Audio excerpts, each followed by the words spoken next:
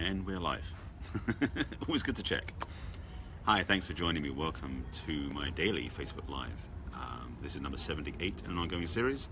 I'll get to the topic in a moment, but first and formal instructions, because you may not yet have jumped in. And if you're watching the replay, of course, you're here right now. Welcome, my name is Barry Selby. I am known as the Love Doctor to my clients and friends. I'm also a passionate champion for the divine feminine. And in particular, I help strong, successful women find balance in love, life, and business. It's getting more concise, I think. Today's topic is one that's provocative, I know, because I heard about it from two different people yesterday. One where in fact he had a breakup with a woman he was seeing because there were just a couple of things that just did not work and would not work. It was clear that they were on divergent paths. Much as they, as he said, they loved each other, there were divergent paths.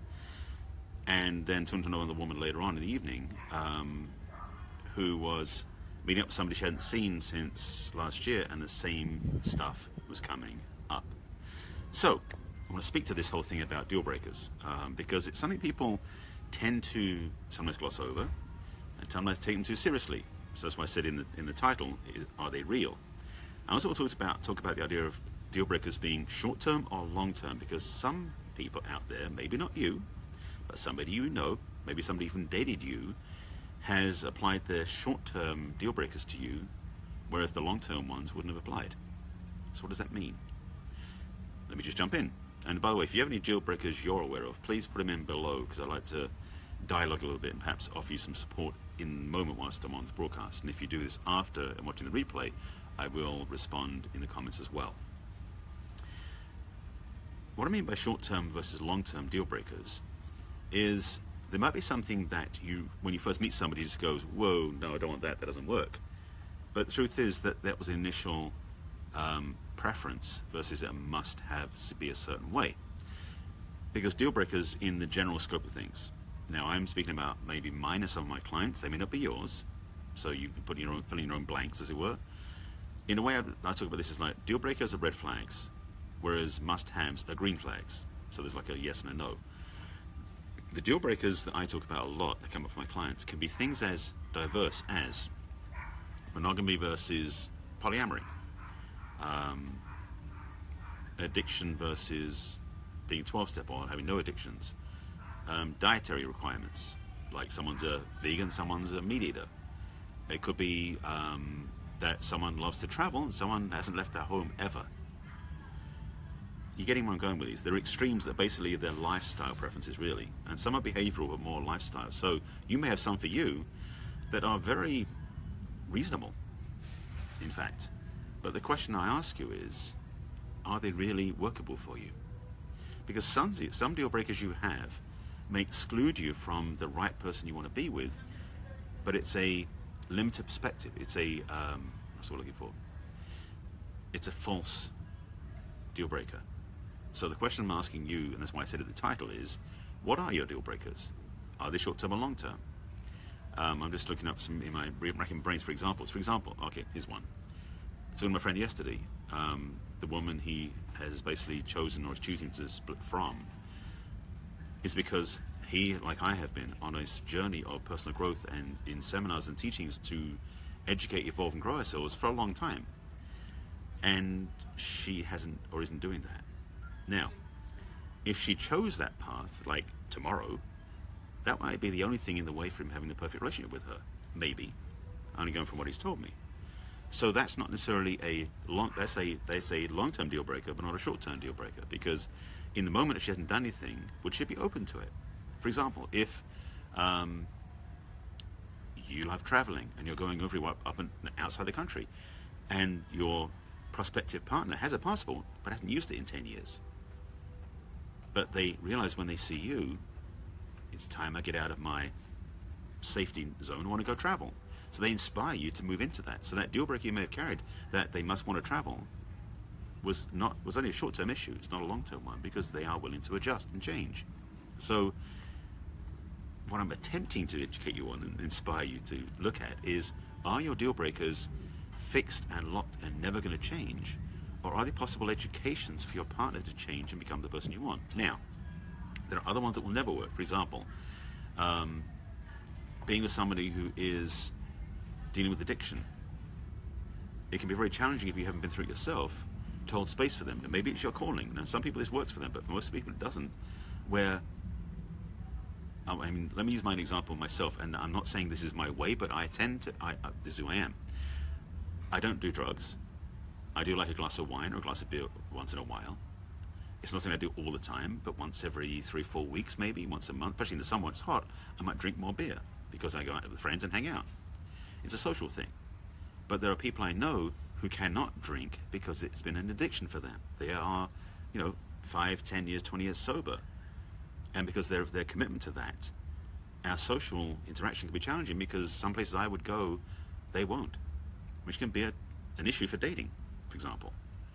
So knowing what your deal breakers are is important.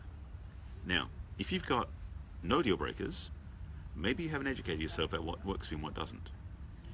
If you have, sorry, what's the question? So, magnet is what you attract, never mind the name you will attack. I'm sorry, that is not very clear English. I'm not sure if I can understand what you say there, so maybe write it out a different way. Let me back on to what I was talking about first. Maybe you have deal breakers where you've got 327 of them. That might be a bit overkill. Generally speaking, when it comes to deal breakers, you may have somewhere between, at minimum, 5 or 6, at most maybe 15 or 20, and I'm just using broad numbers here. But if you're in the triple digits of your deal breakers, you may be wondering why you're alone too much. Just a suggestion, you might want to check into that. Now I want to spend, well no, actually I'm going to save for the next time. I'm going to talk about the green flags later on, which are the must-haves. But the deal breakers are vital. I've talked about my program before, I just want to drop something in here as a reminder. In the online program I created, that is also with coaching available too, it has a clear vision where you want to go, but it starts with what is in the way, which includes the deal breakers. So whatever you choose to do about looking for dates going out in the future and where you want to go, get really clear about what doesn't work for you. Like have that boundary for yourself, have that clear line, which is you will not cross if that person doesn't honor you and respect your wishes too. Now, you may have a deal breaker, for example, that could be involved with a behavioral piece, such as they have a deal breaker where you don't like being touched too much, except in the bedroom for sex. Like when you're walking out, you want to have separate hands. If your partner, just bring in another piece, which is the 5 Love Languages by Gary Chapman, if the love language is physical touch, then until they actually touch you, they won't feel that they're connecting to you and telling you they love you. In fact, let me put a piece in there about this in case you didn't know this. The 5 love languages can in fact impact your deal breakers. For those of you who don't know the 5 love languages, there are 5 that Gary Chapman has defined from his 30+ years of working as a therapist with couples. And he said there are 5 main love languages people have. And usually they have a predominant one and a secondary one. Sometimes they have the same level, but there's 5. So physical touch is one, quality time is another, words of affirmation, which is telling somebody, acts of service, which is doing things for the other person, and gifts, which is basically tokens, usually not like giving them watches and jewelry and stuff. It's tokens, items given to the person. Those are the 5 love languages. So, for example, if your deal breaker is about you have someone that needs to tell you they love you, and if they don't tell you, that's a deal breaker. Well, the reality is, if that person's love language is not words of affirmation, they won't think to tell you they love you unless you educate them. So some deal breakers are lack of education. Consider that one for an option. So having the love languages clear about yours and your partners are important. One, because you need to know what yours are, but also to know if your partners are different, can you adjust and adapt to support them in their love language? For example, if your love language is predominantly words of affirmation and quality time, but their love language is physical touch and acts of service, those are different love languages. Your deal breaker is lack of education. Yes. Sorry, I'm just reading. If you're watching this on YouTube, I'm actually doing this Facebook Live. Erica, yes. Deal breaker is lack of education. For me too. It's one of mine, not the only one, but someone who doesn't know how to think things out. And I'm more actually passionate about street smarts education versus academic education. I mean, I have a master's degree, and I know plenty of beautiful women out there who have PhDs. But the question is, can they think for themselves?